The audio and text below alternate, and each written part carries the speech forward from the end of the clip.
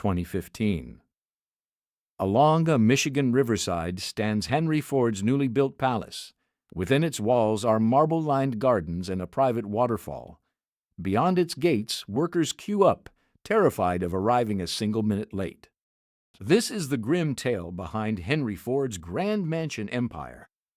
How did the man who gave the world cheap cars build himself an entire mansion empire? And at the same time, how did he construct an empire of control over other people's lives? In these houses, everything had to look perfect. Perfect gardens, perfect dinners, perfect families.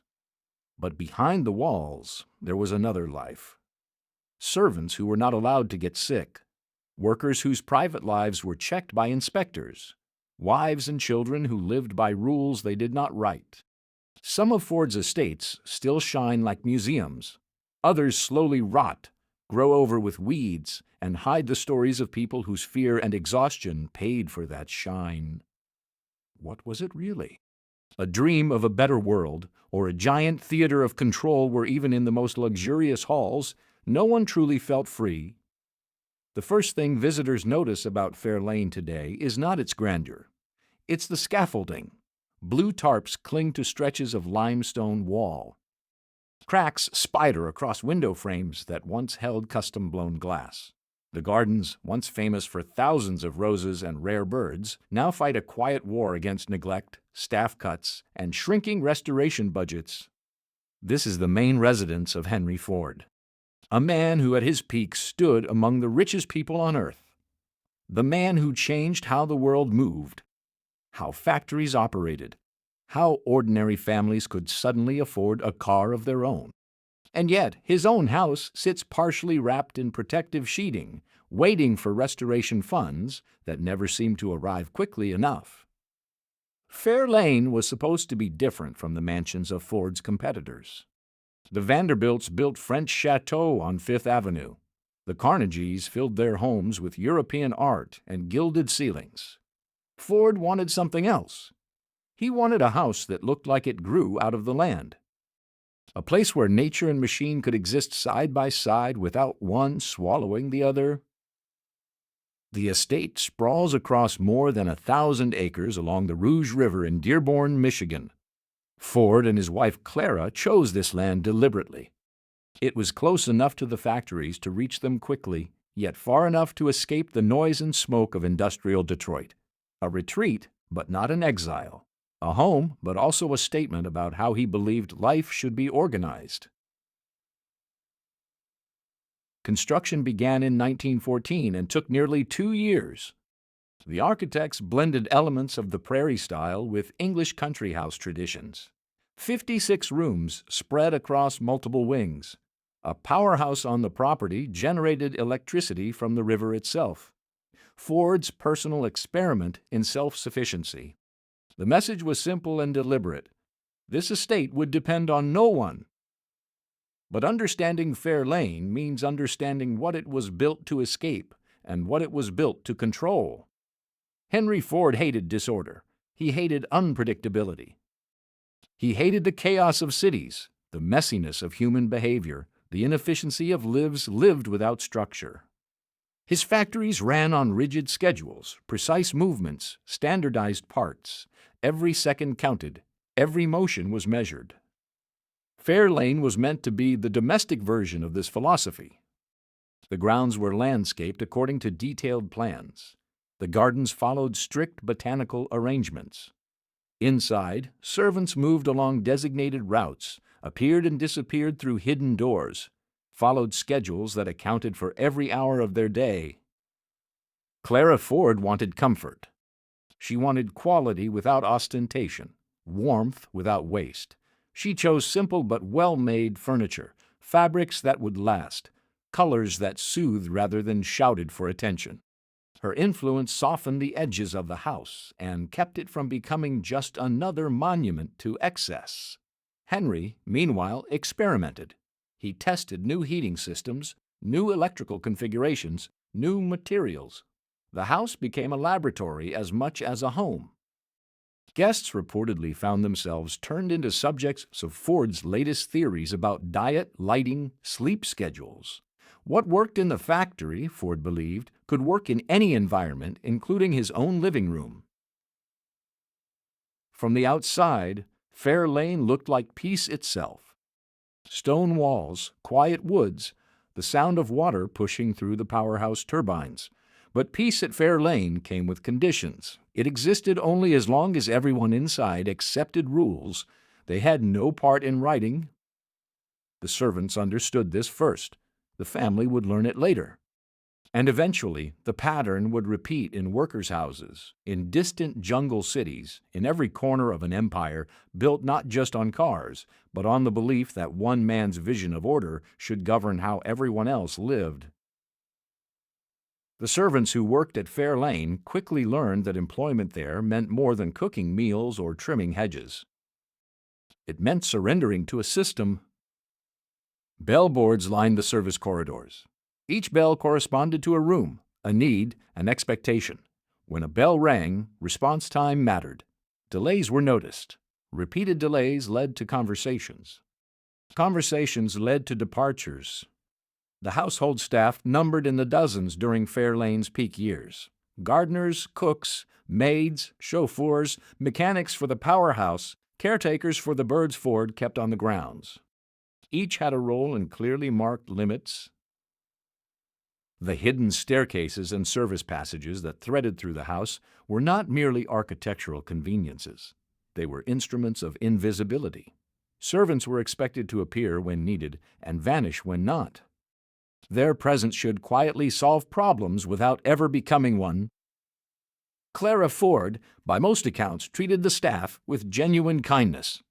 She remembered names, asked about families, showed concern during illnesses. Yet Clara's warmth operated inside a framework she had not designed. The schedules, the expectations, the underlying philosophy of the household. These belonged to Henry. Ford's obsession with control extended to the smallest details. He held firm beliefs about diet, and those theories shaped what appeared on the household table. Guests at Fair Lane reportedly encountered meals built around soybeans, whole grains, and vegetables grown on the estate. Ford saw food as fuel, and fuel should be optimized. Personal preference ranked below efficiency. The same logic applied to daily routines. Ford rose early. He expected others to do the same. He believed in the moral value of work and the danger of idleness. In his view, leisure required justification. Even relaxation at Fair Lane had a productive purpose. Walks that doubled as inspections of the grounds, conversations that circled back to business, reading that reinforced convictions he already held. This created an atmosphere visitors described in contradictory terms. Some found Fair Lane peaceful, a welcome escape from the noise of Detroit. Others felt watched, measured, quietly evaluated. The beauty of the gardens and the comfort of the rooms existed alongside an invisible pressure. The sense that someone was always keeping score. The staff felt this most acutely. Accounts from former employees gathered by researchers decades later paint a picture of unpredictability wrapped in rigid structure. Ford could be generous. He paid well by the standards of the time. He provided housing for some workers, supported their families during hardships, remembered birthdays and anniversaries. But generosity at Fair Lane came without guarantees. A servant who pleased Ford one month might find themselves dismissed the next over a minor infraction. The rules were clear until they suddenly changed. Loyalty earned credit, but that credit could evaporate without warning. This pattern, control dressed as care, structure that promised security but delivered anxiety, would repeat throughout Ford's empire. Fair Lane was simply the first laboratory, the house where Ford tested his ideas about how people should live, how households should run, how order could be imposed on the chaos of human existence. Outside the estate's stone walls, a larger experiment was already taking shape. A few miles away, the Rouge River plant was growing into one of the largest industrial complexes in the world. And between the factory and the mansion, Ford was building something else entirely. Rows of small houses, neat lawns, identical windows facing identical streets. a neighborhood designed not by the people who would live there, but by the man who employed them. If Fair Lane was Ford's private laboratory, these workers' houses would become his public one, a place where the principles tested behind mansion walls could be applied to hundreds of families at once, a place where the line between employer and landlord would blur until it disappeared completely. The houses looked like something from a catalog, and in a way they were. Neat brick structures lined the streets of Dearborn, just minutes from the Rouge plant. Small front porches, modest yards, windows that caught the morning light. For families who had spent years in cramped tenements or overcrowded boarding houses, these homes represented a transformation so complete it felt almost unreal. Tom and Anna, names borrowed to protect real families whose stories survive only in fragments, arrived in Dearborn in the early 1920s. Both were children of immigrants. Both knew the particular exhaustion of industrial work without industrial wages. When they received the keys to their Ford Company house, Anna reportedly stood in the kitchen for several minutes without speaking. Running water, a gas stove, a bathroom inside the house itself. A small yard where children could play without dodging streetcars and delivery wagons. For families like theirs, the Ford housing program solved problems that had seemed permanent.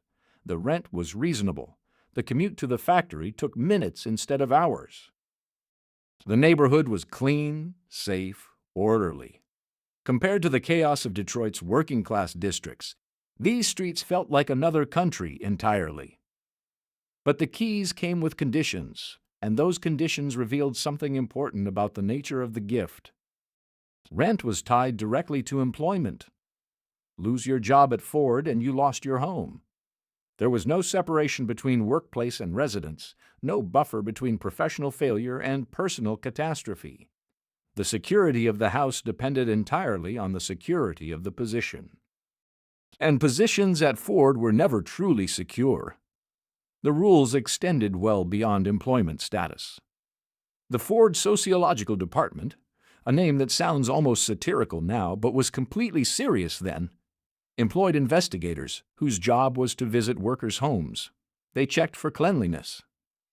They asked about drinking habits. They inquired whether children attended school regularly, whether wives managed household budgets responsibly, whether families attended church. What looked like a simple home inspection quickly became an audit of an entire way of life. The official purpose was improvement. Ford believed that higher wages meant nothing if workers wasted money on alcohol or gambling. He wanted to create not just employees, but model citizens. The famous $5 day came with strings attached. To qualify for the full amount, workers had to pass inspection. Their homes had to meet standards. Their lives had to align with Ford's vision of proper American living. For some families, this felt like support. The investigators offered advice on nutrition, savings plans, English language classes for recent immigrants. They connected struggling families with resources, intervened in domestic disputes, helped navigate the bewildering machinery of early 20th century bureaucracy. For others, the visits felt like surveillance. The questions probed deep into private matters. How much did you spend last month? Does your husband drink? Why were your children absent from school on Tuesday? The boundary between help and intrusion blurred until it effectively disappeared. Neighbors learned to watch each other. A complaint about noise or an unkempt lawn could trigger an inspection. A rumor about a family argument could reach the sociological department within days. The streets remained beautiful, the houses well-maintained, the lawns trimmed to acceptable lengths. But beneath the surface order ran currents of anxiety that never fully dissipated. One family on Tom and Anna Street lost their home after the husband was fired following a dispute on the assembly line. Within weeks, they were packing their belongings.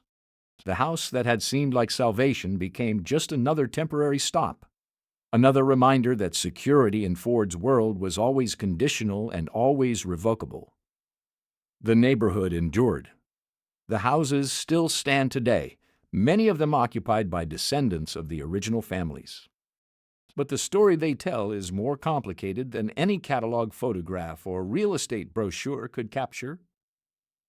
And if the workers' streets represented Ford's vision applied to hundreds, another project was taking shape that would apply it to thousands. Not in Michigan, but deep in the Amazon rainforest. The stone house on the shore of Lake St. Clair looked nothing like Fairlane. Where Henry Ford's estate emphasized self-sufficiency and experimentation, the home of his son Edsel and daughter-in-law Eleanor followed a different vision entirely. Cotswold architecture, leaded windows, limestone walls that seemed to have grown out of the earth itself. Gardens that slid gently toward the water with an elegance that felt ancient, even though the house was barely a decade old. Edsel Ford had spent his life navigating a contradiction. He was heir to one of the largest fortunes in American history. Yet he worked under a father who distrusted inherited wealth. He loved modern art, European design, architectural innovation, tastes his father viewed with suspicion at best and open contempt at worst. Edsel wanted to build something beautiful. Henry wanted to build something useful. The estate at Gaukler Point became Edsel's answer to that conflict. If he could not reshape the Ford Motor Company according to his own vision, he could at least shape his home. Construction began in 1926. The architect Albert Kahn, already famous for designing Ford's vast industrial plants, received a different kind of commission. No exposed steel here. No assembly line logic. Instead, Kahn created a house that looked as though it had stood for centuries. Hand-cut stone, massive chimneys, rooms that opened onto one another with a warmth Fairlane's more rigid corridors never achieved. Eleanor Ford filled those rooms with art. Diego Rivera, Paul Cézanne. Paintings and drawings that challenged and provoked, that embodied everything Henry Ford found suspicious about modern culture. The walls of Gaukler Point became a quiet rebellion, a gallery of tastes the patriarch could not control. But rebellion has limits when the rebel still depends on the empire. After dinner parties, Eleanor would sometimes step onto the terrace overlooking the lake. The water stretched toward the horizon, dark and calm.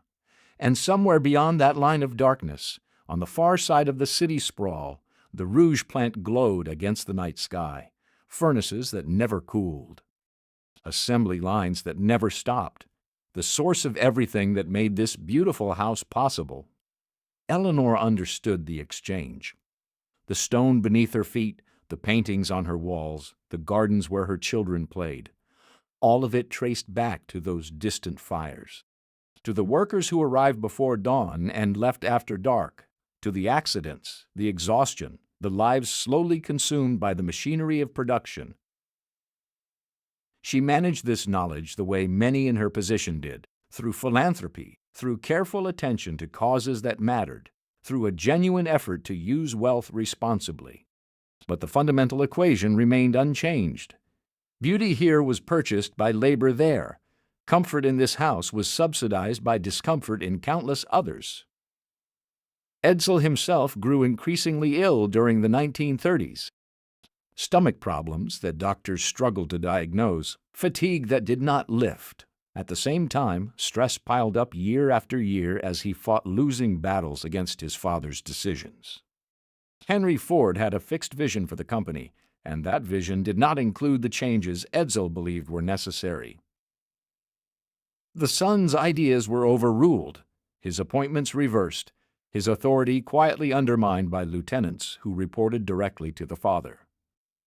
The lake house became a refuge from these struggles, a place where Edsel could walk the gardens without encountering his father's disapproval, where Eleanor could raise their children according to values that differed subtly but significantly from those that governed life at Fairlane.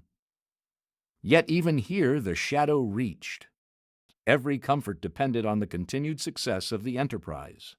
Every beautiful object existed because the factories kept running, the workers kept producing, the system kept turning. Gaukler Point was a gentler cage than Fairlane, But it was still a cage. And far to the south, in a jungle that none of them would ever visit, Henry Ford was building the largest cage of all. The telegram arrived in Dearborn with numbers that would have staggered most businessmen. 2.5 million acres, an area larger than some American states. Land grants from the Brazilian government that promised Henry Ford something he had never fully possessed: control over his own supply chain. Rubber. The Ford Motor Company consumed it by the ton for tires, hoses, gaskets, every component that needed flexibility and resilience. And nearly all of it came from British and Dutch plantations in Southeast Asia. Prices shifted according to foreign decisions. Supply depended on distant governments and distant crises. For a man who had built his empire on self-sufficiency, this dependence felt intolerable. The solution, as Ford saw it, appeared straightforward: grow his own rubber. In the Amazon basin, where rubber trees originated, where the climate seemed perfect, where land cost almost nothing and labor even less, build a plantation, build a processing facility, build, in effect, an entire city that answered only to him. Fordlandia began to rise from the jungle in 1928. American managers arrived with blueprints drafted in Michigan, streets laid out in rigid grid patterns, houses constructed in familiar Midwestern styles. Clapboard siding, pitched roofs, front porches facing neighbors across tidy lanes, a water tower stamped with the Ford logo, a hospital, schools, a central square where workers could gather under the constant gaze of company supervisors. The goal was not merely production. The goal was transformation.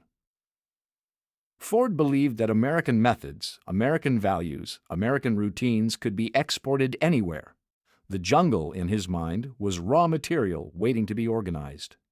The local population was labor waiting to be improved.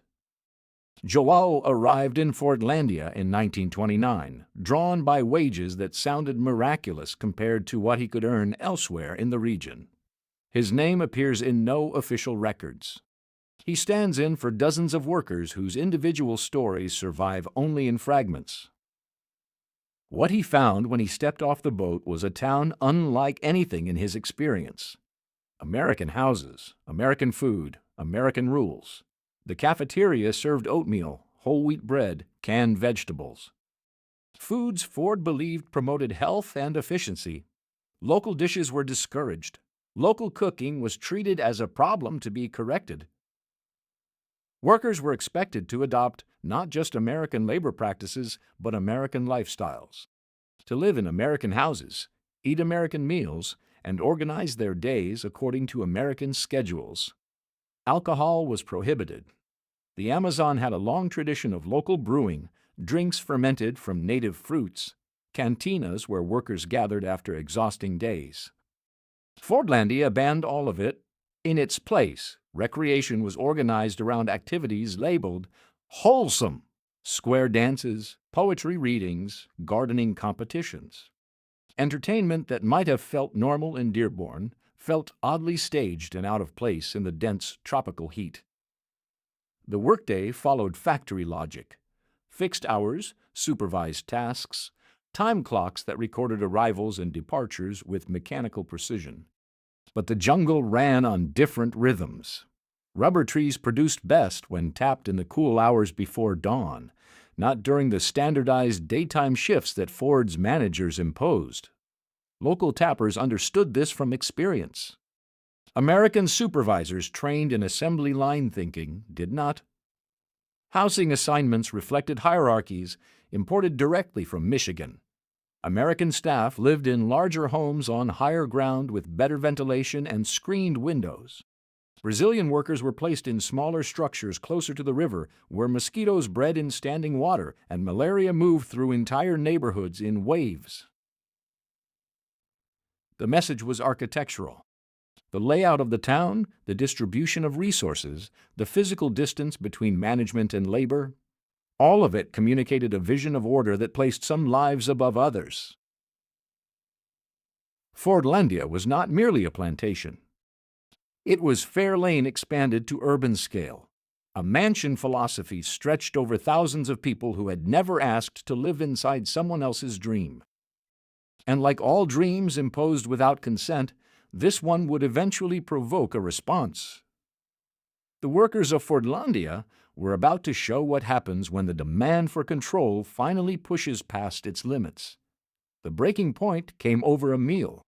December 1930. The wet season had turned Fordlandia's dirt roads into rivers of mud. Mosquitoes swarmed in clouds so thick that workers wrapped cloths around their faces just to breathe. Malaria had already claimed dozens of lives. Morale, never strong, had sunk to levels that made the American managers visibly nervous. Then the cafeteria announced a new policy. Workers would no longer be served at tables. Instead, they would line up, receive their food on trays, and eat in scheduled shifts. Factory-style efficiency now applied to digestion. For men who had endured months of foreign food, foreign rules, and foreign supervisors who spoke no Portuguese and showed little interest in learning, this last change felt like an insult layered onto exhaustion. The line between order and humiliation had finally been crossed. It started with shouting, voices rising over the clatter of trays. Then plates began to fly.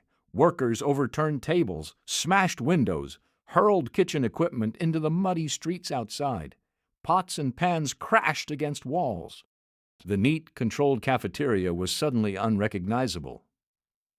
The American managers bolted for the river.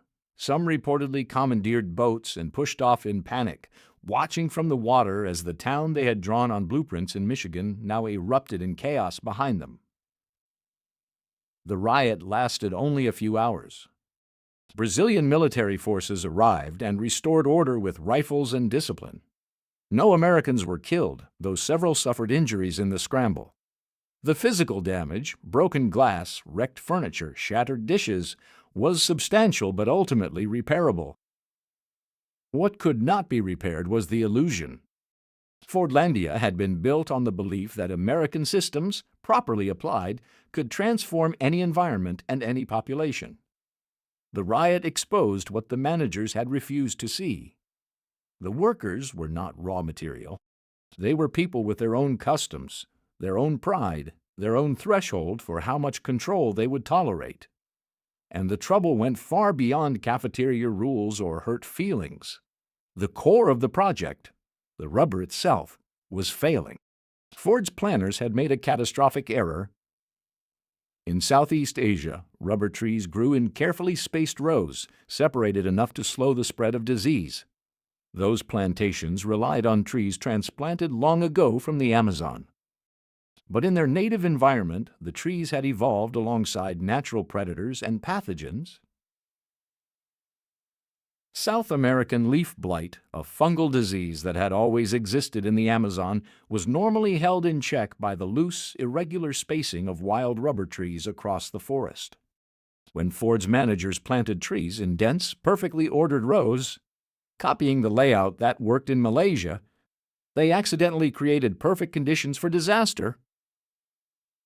The fungus leapt from leaf to leaf, tree to tree, turned carefully planned groves into sickly fields. Branches blackened, leaves fell.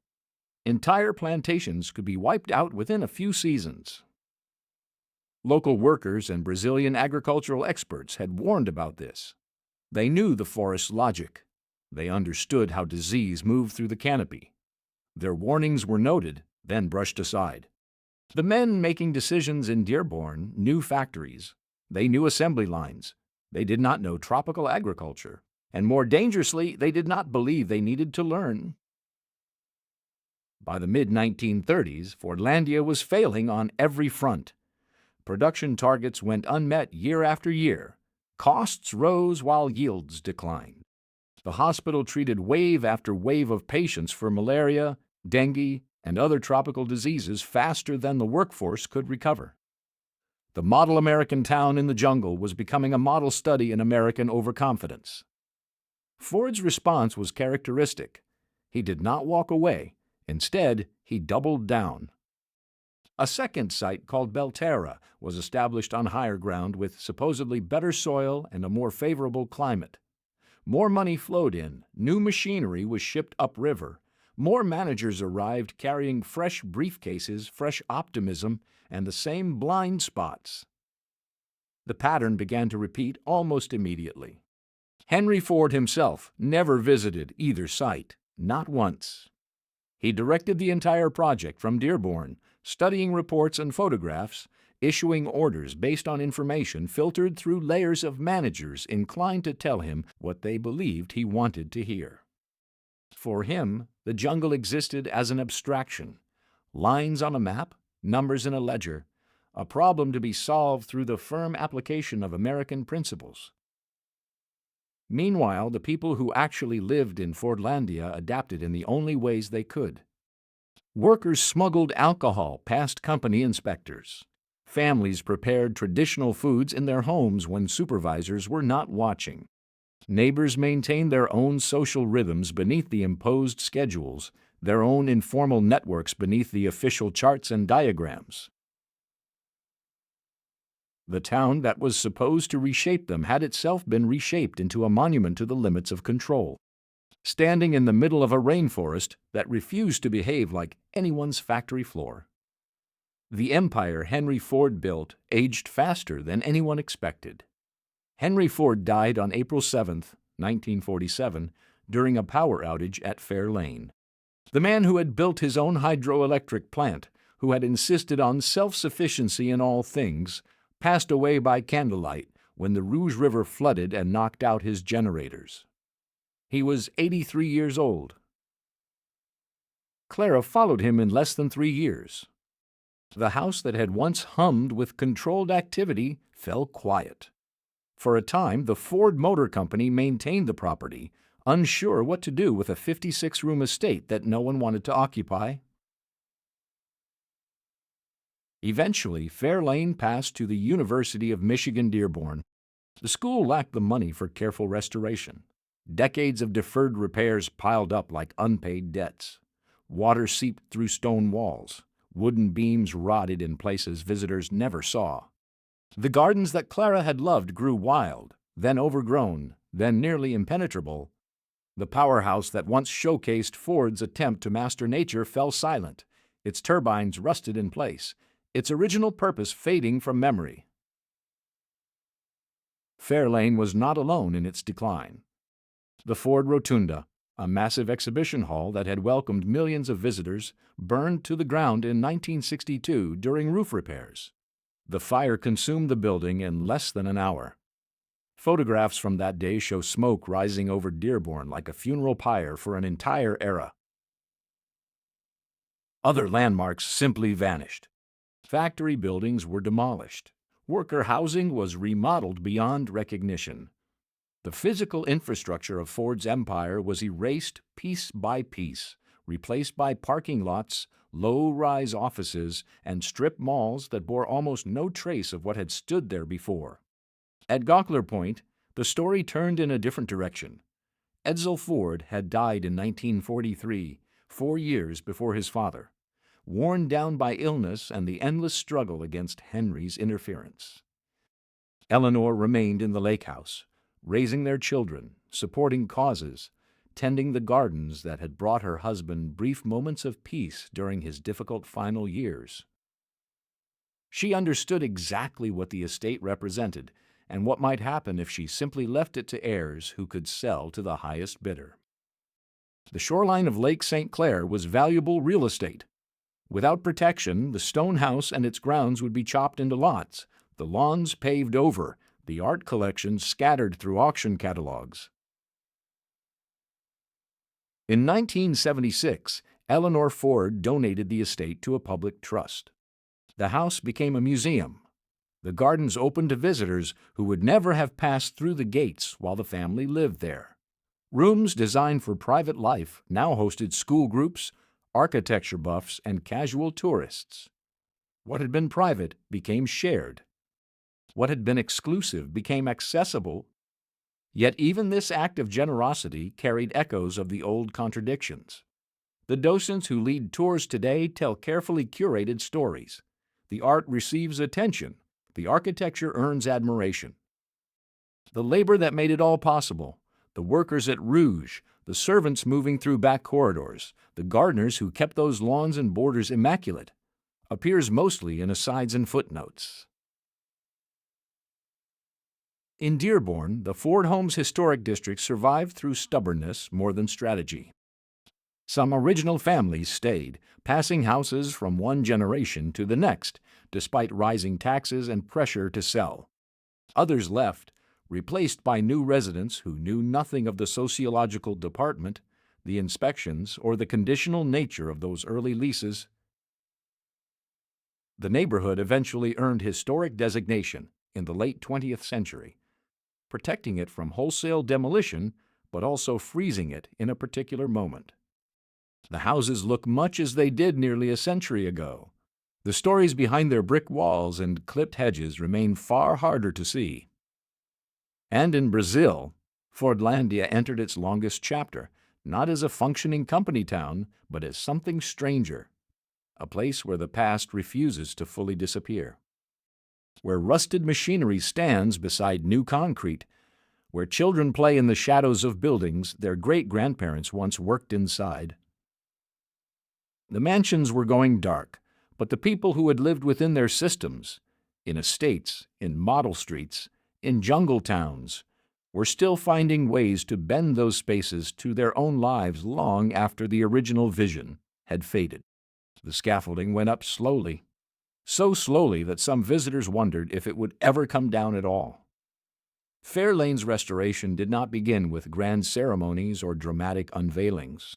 It began with small repairs in forgotten corners, a leak patched in one roof valley, a beam quietly stabilized above a hallway no longer in use. Work carried out in the margins, funded by donations too modest for headlines but too vital to ignore. The people who took on this task understood something the original builders had never really considered. Preservation is not about freezing time. It is about deciding which stories are allowed to survive. A stonemason named David, one of several craftsmen whose names surface in the restoration records, spent months learning how to speak the language of the original limestone. The quarry that supplied Fair Lane had closed decades earlier. Finding stone that would not look wrong required research trips, sample cuts, and a long process of trial and error. Every new block had to blend into walls laid nearly a century before, hiding the seam where present work touched past ambition. In the archives, a young researcher named Maria worked through boxes no one had opened in years. Letters from servants, invoices from local suppliers, schedules listing who worked where, when, and for how much. The paper was brittle, the ink fading, the pages threatening to crumble if handled without care. As she assembled this material, a different picture of Fair Lane began to emerge. Not just a story about one wealthy couple in a large stone house, but a map of an entire ecosystem. Gardeners who maintained hundreds of acres through Michigan winters and summers. Cooks who adjusted menus to match Henry Ford's shifting dietary theories. Mechanics who coaxed the powerhouse turbines through storms and power surges. Names that had never appeared in biographies surfaced from the files, attached to lives that unfolded almost entirely within the estate's boundaries. The restoration team made a choice that would have baffled Henry Ford. They decided to tell all of it, not only the innovations and the architectural beauty, but also the conditions and the costs. Service corridors would be included in the tour routes. The stories of workers would stand beside the stories of owners. Fair Lane would become not a shrine to one man's vision, but an honest record of how that vision shaped and was reshaped by everyone it touched.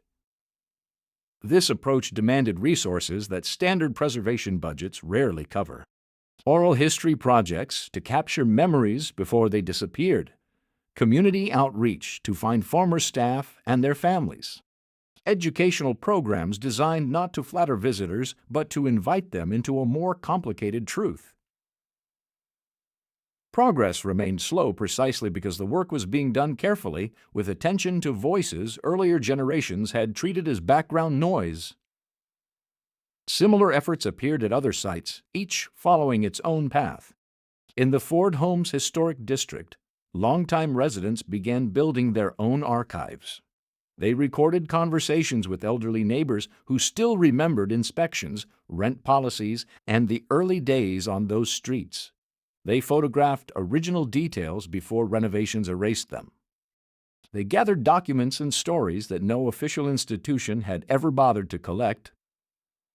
A retired auto worker named James, whose grandfather had been among the first tenants, became the unofficial historian of his block. He knew which houses still had original floor plans and which had been altered beyond recognition. He knew which families had stayed for generations and which had left after a single conflict with the company. He carried stories of inspections passed and failed, of neighbors who quietly helped each other survive layoffs, of the mixed emotions people felt toward a company that offered shelter while also setting the terms for how that shelter could be used. These projects operated mostly without institutional backing. No major foundation grants, no glossy brochures. Just people who understood on a gut level that their histories mattered even if no one had ever written them down. The work continues today, unfinished, underfunded, but stubbornly alive.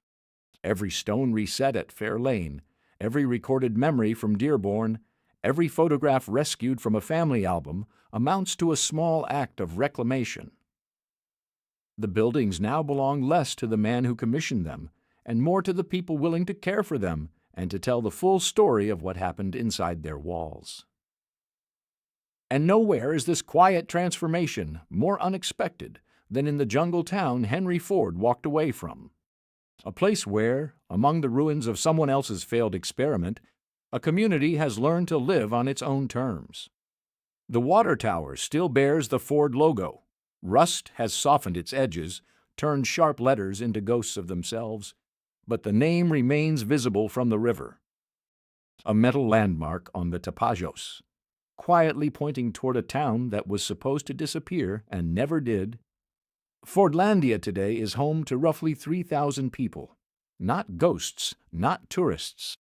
Families who wake each morning in houses built for American rubber workers, who send their children to schools constructed with Michigan money, who shop in small stores that occupy buildings once meant for company purposes no one even remembers anymore.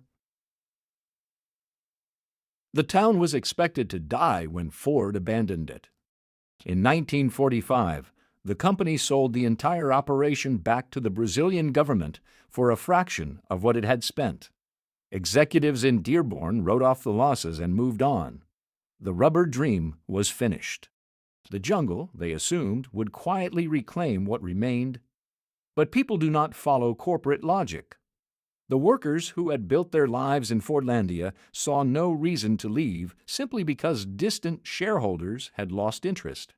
The houses still stood. The hospital still functioned, at least in a basic way. The land, however poorly suited for rubber, could grow other crops. So they stayed. Decades passed. The American machinery rusted in place, too heavy to move, too expensive to repair, gradually absorbed into the landscape like industrial fossils. Children grew up playing in abandoned warehouses, turning conveyor belts into balance beams, climbing the water tower their grandparents had helped construct. They learned history not from textbooks, but from the physical evidence that surrounded them every day. A teacher named Lucia, her students know her simply as the professor, now leads lessons in Dearborn that no curriculum ever imagined. She conducts her classes in old plantation rows, pointing out where rubber trees once stood before leaf blight wiped them out. She shows them the manager houses on the hill, still larger and better ventilated than the worker neighborhoods below. She explains what those differences meant then and what they still imply now. The lesson isn't about instilling resentment. Lucia teaches her students to understand history without being trapped by it. Americans came with money, confidence, and a plan that ignored what local people already knew. They failed. Then they left, but the town remained, and those who stayed built something new from what was abandoned. Researchers arrive from time to time, drawn by Fordlandia's strange status as a failed utopia. Photographers frame shots of decaying infrastructure wrapped in vines, capturing the collision of tropical growth and industrial remnants. Journalists write articles about hubris, colonialism, and the limits of corporate power. They come, observe, take notes and images, and then leave. Residents have learned how to greet these visitors without letting them define what the town is. Yes, Fordlandia has an unusual origin story. Yes, the ruins make striking photographs. But this is not a museum. Whatever happened 90 years ago, this is a place where people work shifts, argue about bills, celebrate weddings, and worry about their children's futures. Some old buildings have found new purposes. A warehouse now stores agricultural equipment. A former administrative office houses a small clinic. A building once used for company meetings hosts church services and community gatherings. The infrastructure of control has been quietly repurposed to serve needs Ford's planners never thought to ask the community about. Meanwhile, the forest has proved more resilient than anyone in Dearborn predicted. Reforestation projects have begun replacing failed rubber groves with native species. Young people, who might once have left for distant cities, now find work in environmental restoration. They are turning the landscape of an ecological miscalculation into a living laboratory for recovery. Fordlandia has become something Henry Ford himself could never have understood. A place belonging not to the company that built it, but to the people who live there. A reminder that control, no matter how complete it looks at first, eventually hits its limits.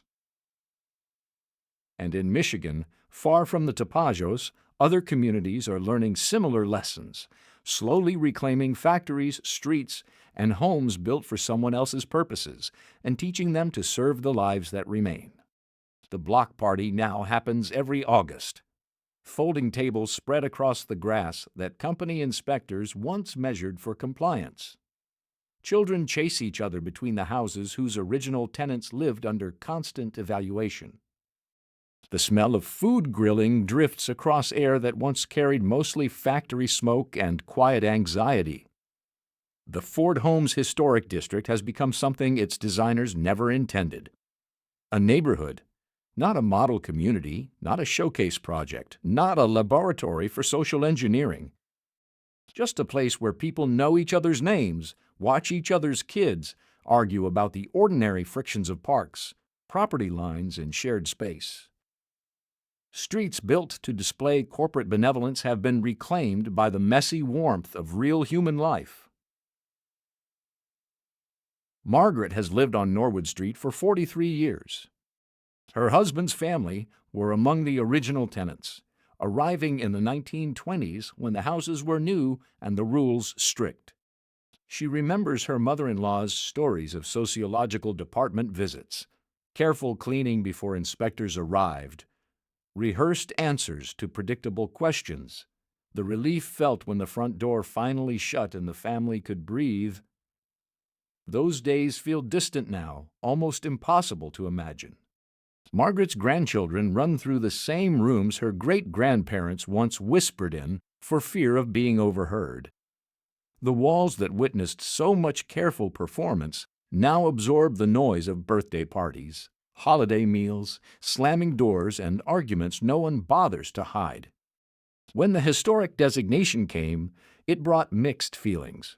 Some residents welcomed the protection it offered against developers who had spent years circling, eager to tear down old houses and build something higher, shinier, and more profitable.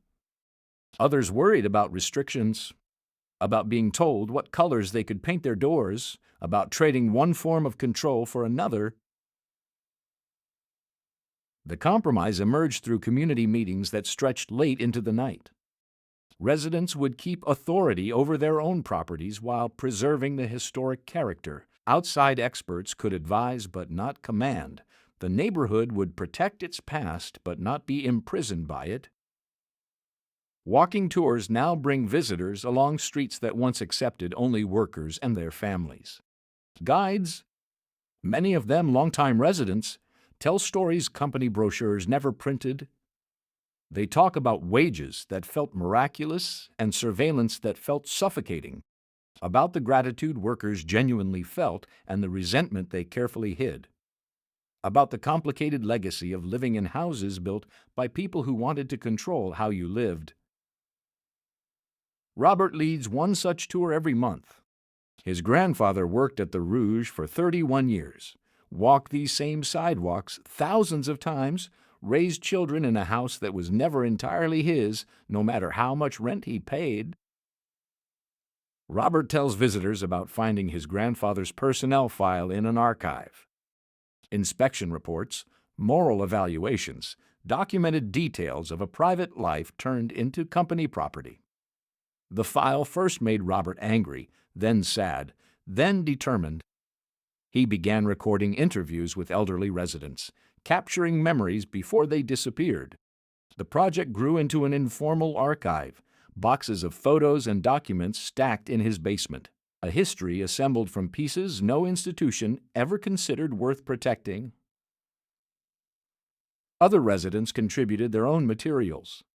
Letters, pay stubs, photographs of families posed stiffly in front of the houses that represented both opportunity and constraint. The collection has no official status, no professional cataloging, no climate-controlled storage. It exists because people decided their stories were worth saving.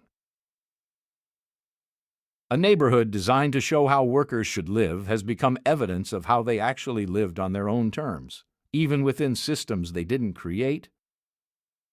And across the water, another Ford property was undergoing its own transformation, shifting from private sanctuary to public memory. The gates that once admitted only the carefully chosen now swing open for anyone who can buy a ticket. School buses full of children arrive at Gawkler Point on Tuesday mornings. They spill onto paths originally designed for garden parties and diplomatic receptions. Their voices echo across the lawns where Eleanor Ford once walked in quiet contemplation. Guides gather them into clusters, leading them through rooms filled with art most of their parents could never imagine owning. They pass windows framing lake views worth more than entire city blocks. This was not the future the Fords imagined when they built their stone house on the water. But it was the future Eleanor chose when she understood what would happen without intervention. Her 1976 donation came with conditions carefully written to prevent the fate that overtook so many Gilded Age estates. No subdivision, no demolition, no conversion into apartments or corporate headquarters.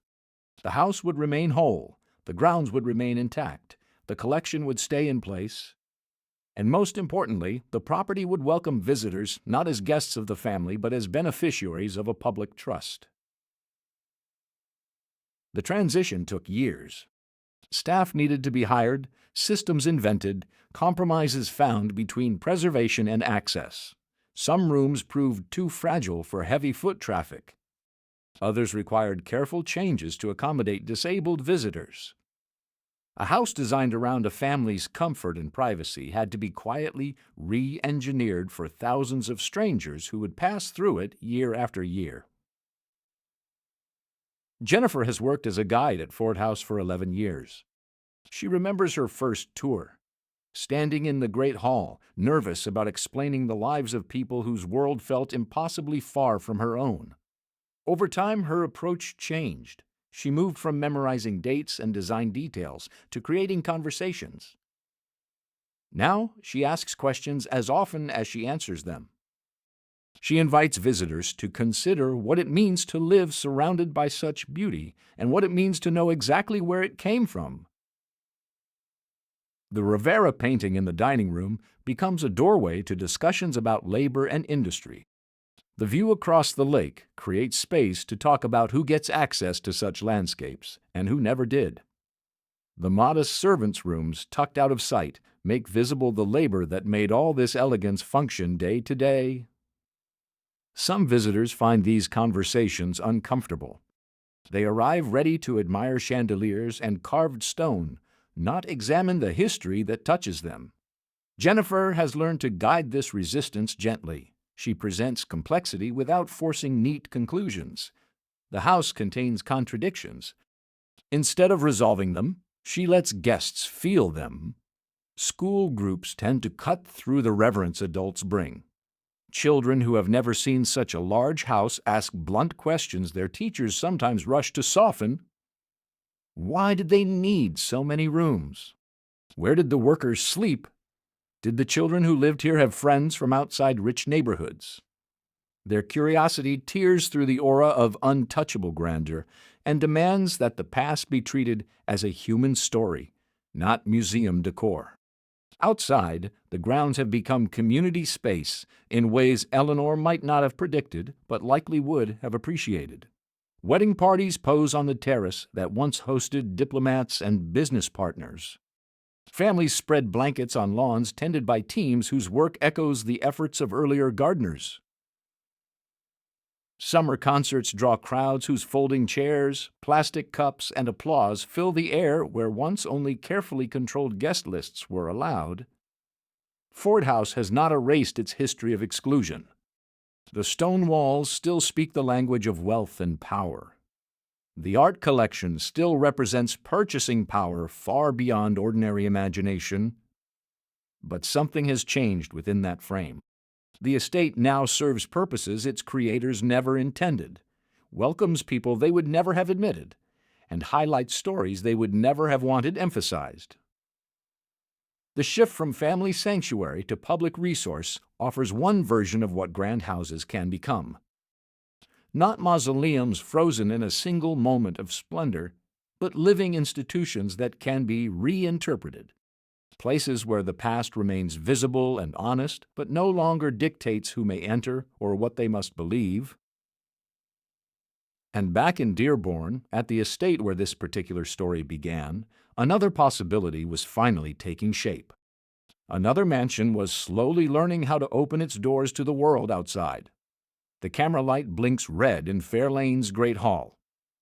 Outside, restoration crews continue their patient work on the limestone facade.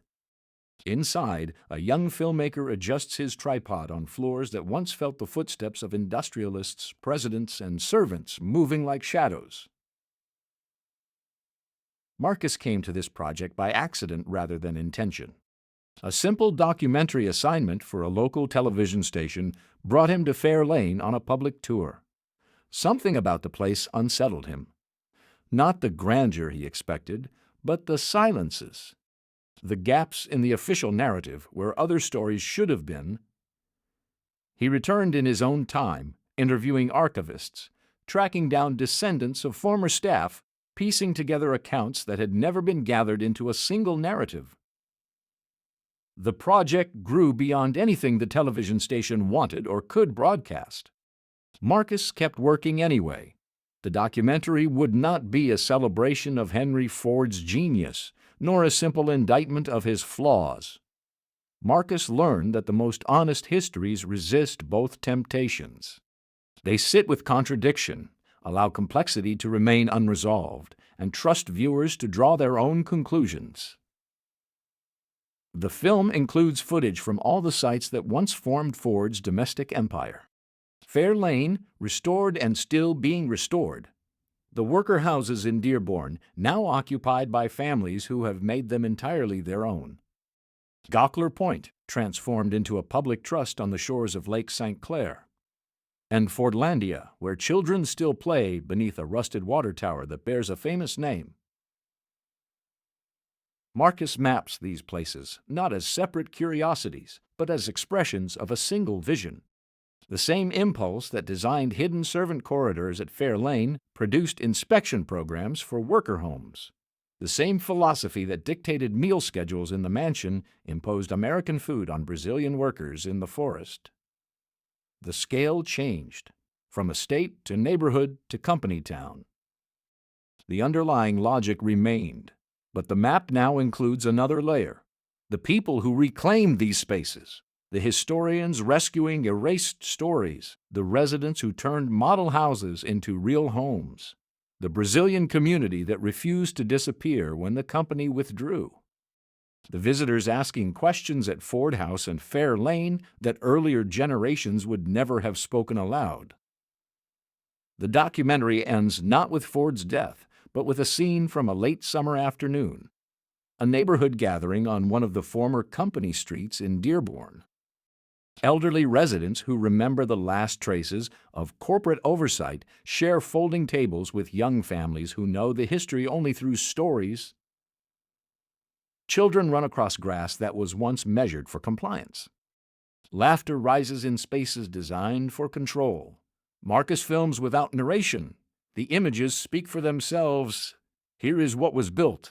Here is what it cost. Here is what remained. Here is what people made from it.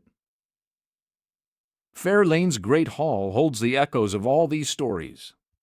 The room where Ford once hosted according to rigid protocol now hosts school groups, community events, and visitors from around the world.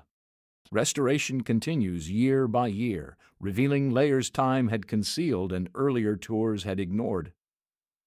The house now tells a more complete story than its builder ever intended to share. A new generation of storytellers has emerged. Filmmakers, oral historians, community archivists, preservationists who understand that saving buildings means saving the complexity inside them. They work without the vast resources Ford commanded, without the certainty that drove his projects, without the assumption that their vision should override all others. What they offer instead is something Ford never could: honesty about costs, respect for the voices he ignored, and a willingness to let history remain uncomfortable rather than forcing it into satisfying shapes. The mansion empire is passing from the hands that built it to the hands that will carry it forward. What they make of it, and what they choose to remember, remains to be seen. The evening sun catches on the restored glass of Fair Lane's west windows. For the first time in decades, the light falls the way it should, across panes that match the originals, in rooms returned to something close to their early state. But the house no longer waits for Henry Ford to approve the arrangements. A group of university students crosses the great lawn. Notebooks in hand, their assignment is not to admire the architecture, but to question it. How does space communicate power? What do floor plans reveal about who mattered and who didn't? Which doors were designed to be seen, and which were meant to remain invisible? The questions would have startled the home's original owners. They would have seemed impudent, perhaps dangerous. Now they form the backbone of the work being done. If the students are relevant, they should follow these instructions. If not, they should proceed normally. The powerhouse is running again, its turbines restored by engineers who treat the project as both historic preservation and practical education. Electricity flows from the Rouge River the way Ford designed it, but the purpose has changed. What was once a demonstration of one man's self-sufficiency now powers classrooms, archives, and workshops that serve thousands of students and visitors each year.